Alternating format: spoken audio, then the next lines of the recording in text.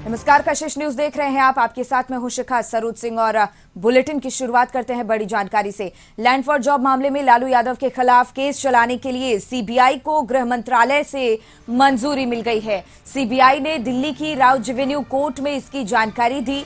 नौकरी के बदले जमीन मामले में 30 से अधिक अन्य आरोपी हैं, जिनके लिए अभियोजन की मंजूरी का अभी भी इंतजार है। सीबीआई ने अन्य आरोपियों के खिलाफ केस चलाने की मंजूरी प्राप्त करने के लिए 15 दिन और मांगे हैं। राव रेवेन्यू कोर्ट ने सीबीआई से कहा कि अन्य आरोपियों के लिए मंजूरी प्राप्त करने की प्रक्रिया में तेजी लाएं। इस मामले में अगली सुनवाई 15 अक्टूबर को लिस्ट की गई है और इससे पहले इसी केस से जुड़े मनी लॉन्ड्रिंग मामले में ईडी की सप्लीमेंट्री चार्जशीट पर कोर्ट ने संज्ञान लेते हुए लालू यादव, तेजस्वी समेत अन्य आरोपियों को समन कर 7 अक्टूबर को पेश होने को कहा है।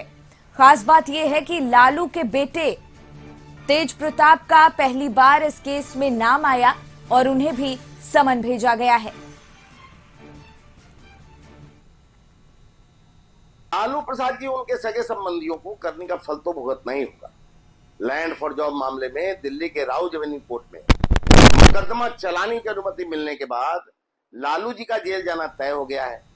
लालू जी ने अपने पद और पावर का जिस तरह से दुरुपयोग किया है वह देश की राजनीति में काले समय के रूप में याद किया जाएगा।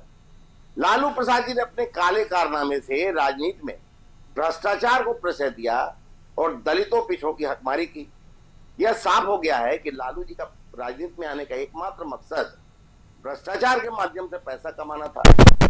लालू प्रसाद जी और उनके पूरे परिवार को देश की सियासत से हमेशा के लिए बाहर कर दिया जाना चाहिए। लैंड फॉर जॉब मामले को लेकर लालू यादव के खिलाफ केस चलाने के लिए सीबीआई को गृह मंत्रालय से मंजूरी मिल गई है।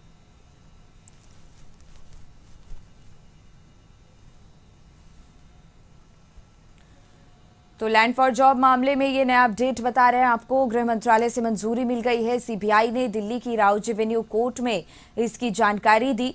नौकरी के बदले जमीन मामले में 30 से अधिक अन्य आरोपी हैं और इनके लिए अभियोजन की मंजूरी का भी इंतजार है। सीबीआई ने अन्य आरोपियों के खिलाफ केस चलाने की मंजूरी दी।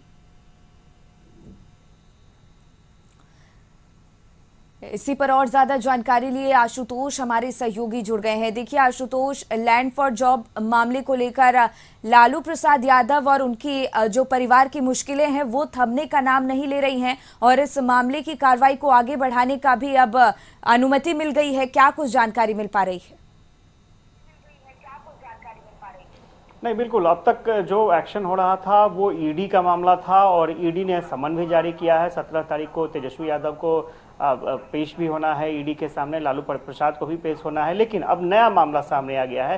सीबीआई को कानूनी कार्रवाई आगे बढ़ाने के लिए मंजूरी मिल गई है गृह मंत्रालय की तरफ से। हमारे साथ कांग्रेस के वरिष्ठ नेता हैं शकील अहमद खान, उनसे जान लेते हैं। शकील साहब, ईडी का एक्शन तो सब लोगों ने देखा, अब सीबीआई को भी मंजूरी दे दी गई है कि आप भी कानूनी कार्रवाई कर सकते हैं।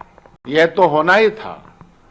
विपक्ष के तमाम नेताओं के ऊपर यह जो 11 साल से सरकार चल रही है, इसकी प्रताड़ना को लगातार चलना है, ऐसा हमारा विश्वास है। दिक्कत इस बात की है कि जो विश्वसनीयता इंस्टीट्यूशंस की बनी हुई है, उस विश्वसनीयता को भी अपने पक्ष में लाने का जो प्रयास 11 साल से भारतीय जनता पार्टी और भारत सरकार के जरिए हम देख रहे हैं, वह एक बहुत ही खतरनाक बात है। ये संस्थाएं अगर बची रहेंगी, संस्थाएं कॉम्प्रोमाइज नहीं होंगी, तो सरकारें तो आएंगी और सरकारें जाएंगी। सरकारी पक्ष की बनती है, विपक्ष की बन जाएगी। लेकिन पक्ष और विपक्ष जो कि दोनों डेमोक्रेसी का पिलर है, दोनों एक दूसरे का पूरक है, तो उसमें दुर्भावना फैलेगी, कोई सद्भावना का तो वातावरण होगा नहीं। लालू प्रसाद जी का परिवार इस तरह के चैलेंजेस को झेलता रहा, झेलेगा। आपने ये देखा नहीं कि राहुल गांधी जी के प्रकरण में क्या किया सरकार ने? अभी आपने देखा नहीं कि मुख्यमंत्री जो थे अपने झारखंड के, उसमें क्या हुआ? दिल्ली की सरकार को लेकर के क्या हुआ? केजरीवाल को लेकर क्या हुआ?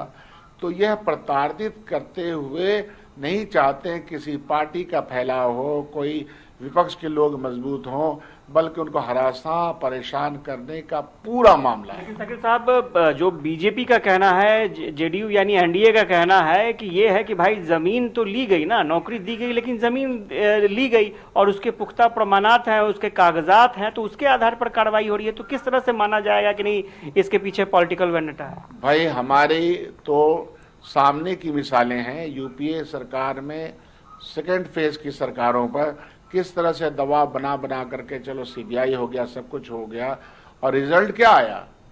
तमाम मामले में रिजल्ट क्या आया? रिजल्ट 0 सन्नाटा आया, इसलिए कि साक्ष्य होते नहीं है और बिना साक्ष्य के कोर्ट के बाहर ही फैसला दे दिया जाता है, जिसको ट्रायल बोलते हैं, पब्लिक ट्रायल, मीडिया ट्रायल। तो उसका समय तो है नहीं, कोर्ट फैसला करता है और कोर्ट में फैसला होगा। आपको याद होगा कि पीएम ने चुनाव से पहले ये कहा था कि जितने भी दागी हैं वो जेल की सलाखों के पीछे होंगे। तो क्या 2025 चुनाव से पहले कुछ इस तरह के संकेत आपको दिख रहे हैं? सैया भैल कोतवाल तो डर काहे का? डराने की, धमकाने की, चमकाने की भारतीय जनता पार्टी का इतिहास बहुत पुराना है। जब वो अपने इस इतिहास को, अपनी इस आइडियोलॉजी को लेके चल रहे हैं, तो जाहिर सी बात है कि डर के इस वातावरण में किसी को भी डरा सकते हैं, सलाखों के पीछे किसी को भी ला सकते हैं।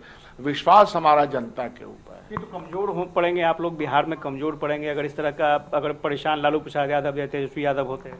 मजबूत होंगे। दबे कुचले की आवाज को विपक्ष ला रहा है आगे, नौकरी का सवाल कर रहा है, बेरोजगारी का सवाल कर रहा है, किसानों का सवाल कर रहा है, महिला वर्ग का सवाल कर रहा है, ओबीसी, ईबीसी, पिछड़ा दलित का सवाल कर रहा है, देश भर में सेंसस का सवाल कर रहा है, जनगणना का सवाल कर रहा है। ऐसे सवालों का जवाब नहीं देना है, बल्कि झंझावट लाना है। एक्शन रिएक्शन में कभी वक्फ का मामला आया, अभी लालू जी का मामला आया, कल को कुछ और आ जाएगा और हम सब लोग यही रिएक्शन देते रहेंगे और इस तरह से टाइम खत्म हो जाएगा। 2025 के चुनाव में बिहार का गरीब, गुरबा, बिहार का दलित, वंचित, सारा समाज मिलकर के, माइनॉरिटी, सब समाज मिलकर के इनको धूल चटाने का काम करेगा, ये विश्वास मैं दिलाता हूँ आपको। चलिए, तो शकील साहब से धन्यवाद। और स्वाभाविक तौर पर विपक्ष इसे अब मुद्दा बनाने की तैयारी कर रहा है। स्वाभाविक तौर पर चुनाव अगले साल होने हैं और कई मुद्दे होंगे, लेकिन विपक्ष के पास एक मुद्दा बड़ा ये बनेगा कि विपक्षी दलों को परेशान किया जा रहा है। और जैसा कि शकील अहमद खान ने बताया, कई उदाहरण झारखंड का उदाहरण बिल्कुल आशुतोष जी। और अब ईडी के बाद जिस तरीके से सीबीआई की एंट्री पूरे मामले में हुई है, देखना होगा कि क्या कुछ खुलासे होते हैं इस पूरे मामले को लेकर। बहुत बहुत धन्यवाद आपका तमाम जानकारी हमसे और दर्शकों से साझा करने के लिए आशुतोष जी।